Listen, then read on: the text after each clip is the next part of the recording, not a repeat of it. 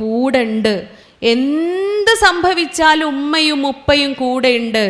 അതാണ് പരിശുദ്ധ ഇസ്ലാം പഠിപ്പിക്കുന്നത്. മക്കൾ എത്രയും മോശമായിക്കോട്ടെ, നിങ്ങൾ മക്കളെ തള്ളിപ്പറഞ്ഞാൽ നാളെ പരലോകത്ത് വെച്ച് അള്ളാഹു നിങ്ങളോട് സംസാരിക്കുകയില്ല എന്ന് മാത്രമല്ല, കാരുണ്യത്തോടു കൂടി നോക്കുക പോലും ചെയ്യില്ല എന്ന് പറയുമ്പോൾ നമ്മൾ ആലോചിക്കണം. തള്ളിപ്പറയാൻ പറ്റൂല.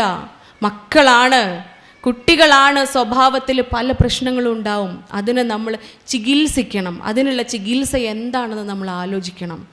അവിടെ നമ്മളെങ്ങനെ മാറണമെന്ന് ചിന്തിക്കുക.